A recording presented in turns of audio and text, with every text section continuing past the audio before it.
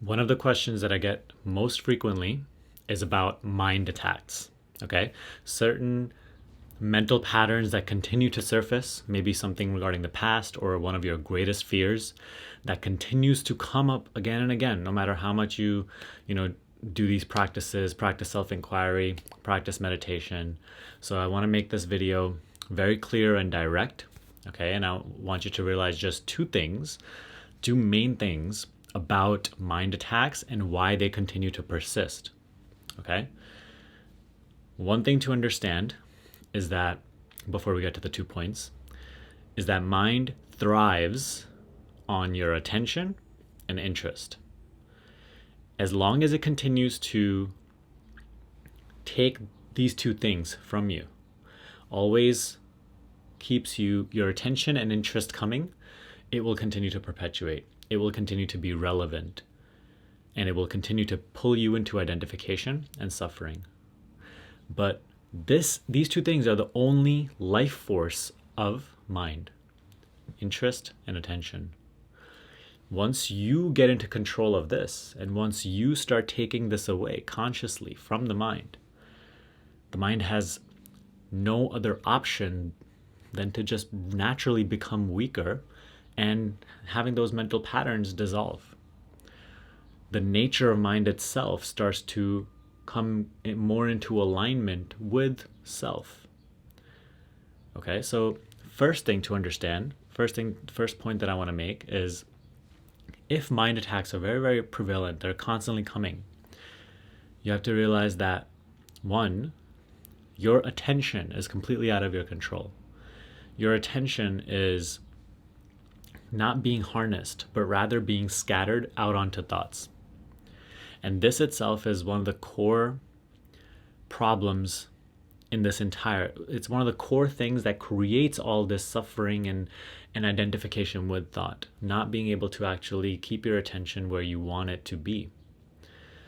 Okay, so this is where we're going right back to the fundamental of the very basic meditation, just trying to actually keep the attention where we want it to be, right? Because as long as the mind is able to successfully take your attention away from you, right, it takes it onto the current thought, right? The current thought pulls your attention. Now there's engagement. Wherever you place your attention, it's like you're watering that area of life. You're watering the mind. You're engaging with it. You are providing it life force. Now that one thought turns into 5 thoughts. And then again, those 5 thoughts take your energy. They take your life force. And then those 5 thoughts turn into 25 thoughts. And so in this way, mind continues to perpetuate itself and pulls you into a sense of separation, pulls you into a sense of personal identity, makes you suffer. Okay? Lack of control over your attention is one of the main things causing this. But what is it that makes your attention again and again go there? This is the second thing. You have too much vested interest in what the mind has to say. You have too much vested interest in all the projections of the mind and the story of it. And so see, that's the fun part about this process, is that it's not so easy. We want it to be easy, we want it to be effortless, but it isn't so. Because then what would be the point of playing the game, right? The mind will always come at you with a story. Something that's very, very meaningful to you, something that matters, something about the future that you may lose or not, something that may not happen that you really, really want to happen, something about the past that you really regret or wish it happened this way, something about your current circumstances that you really, want it to go this way, and expectation and desire. So you have too much vested interest in the projections of the mind. And this is what is causing any thought to arise, just taking your attention. Whereas to build a certain sense of space between you and the thought arising, because see, thoughts are going to continue to arise. That's not the problem. That's just the nature of mind. It's endless thought activity. So thoughts will continue to arise. But if there's great interest, if there is great identification, meaning that you attribute to every thought that arises, then instantly it will take your attention. And again, the perpetuation process will start. The mind attack will become stronger, and it will just continue to be. Even a desire to get rid of these thoughts, a desire to be free of these thoughts. Like, oh, I'm suffering this. I don't want to think this. I don't want to manifest this eventually. I don't want this to happen. That itself is interest. That itself is meaning being given to what is arising. And that is what is keeping your attention on it. Anything that you're trying to get rid of or replace is actually keeping your interest and attention on it. So that doesn't work either. The only thing that will truly dissolve these mind attacks over time, it's not a one-time thing. The only thing that will dissolve them is you getting into control of your attention little by little, and you taking the interest away, letting go of giving significance to what the mind is projecting, no matter how horrific, no matter how meaningful it may be, whatever it's projecting about your future, about your past, about your present, about you, about the world. It does not matter. These are all empty projections. You must learn to live here with life as it is, with you as you are, rather than living in interpretation and projection about what life is, about what you are. That is the difference between living life as opposed to living in mind about what life is. And too many of us are used to living in mind. As long as you live in mind, you will suffer the mind.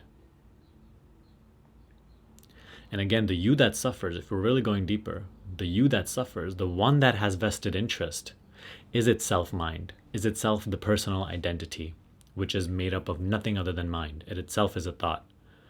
So this one can only have interest. This one can only be in the cycle of pain and pleasure. What I'm asking you to do is recognize yourself prior to even that. Watch even this one and all of its thoughts with silent detachment. Take the interest away, and thoughts automatically become weaker. And if you take the interest away, automatically they won't have the same power to take your attention away. And when they're no longer receiving your attention, then the mind itself becomes weaker and under your control. So far as you don't have control over your attention, your mind controls you in your life. Once you start to gain control over your attention, letting go of interest in what the mind says, you can still have interest in what you want and your goals and whatnot. That's fine to a certain degree. But if you're giving too much meaning and interest to every single little thought and what it says, then you will perpetuate mind and lose control over your attention and lose control over your life. And then you will suffer. So don't seek, because when people ask me this question, right, what to do about these mind attacks that are just not going away, it's a sense of like they're seeking a technique or another method. Whereas what it is really about is coming back into the fundamentals. Two things, attention and interest. Where you put your attention will grow interest. Where the interest grows, more attention will go. So this is like a self-perpetuating cycle. It's like it feeds into each other. What we're doing is we're really going to the root of this problem of the mind attacks. First, really taking away the interest, letting go of caring so much and giving so much meaning to every single little thought and what it's projecting. Thereby, automatically attention becomes a little more controlled. When the attention becomes a little more controlled, it is easier to take the interest away. When it is easier to take the interest away, now attention becomes more controlled. So now that we're forming a sort of positive feedback loop. Okay? But it is only about these two fundamental things, because these are the only things that the mind thrives off of. And what you need is not some other fancy technique or whatever. It's actually just to work on these two fundamental things with consistency. And yes, consistency is the key to this, because I know sometimes there are certain obsessive thought patterns, something maybe like your fears or whatnot, that continue to come forth, no matter how much you meditate, no matter how much you do these sorts of things. And you just have to be sort of patient with those things. Again, wanting to get rid of them is interest again. So, I remember I had this sort of thought pattern that was sort of that was negative, that was a fearful thought pattern that just kept replaying all the time. And the more I struggled against it, the more it would grow, the more it would actually impact me, the more thoughts it would create. As I just said, mind is a self-perpetuating machine.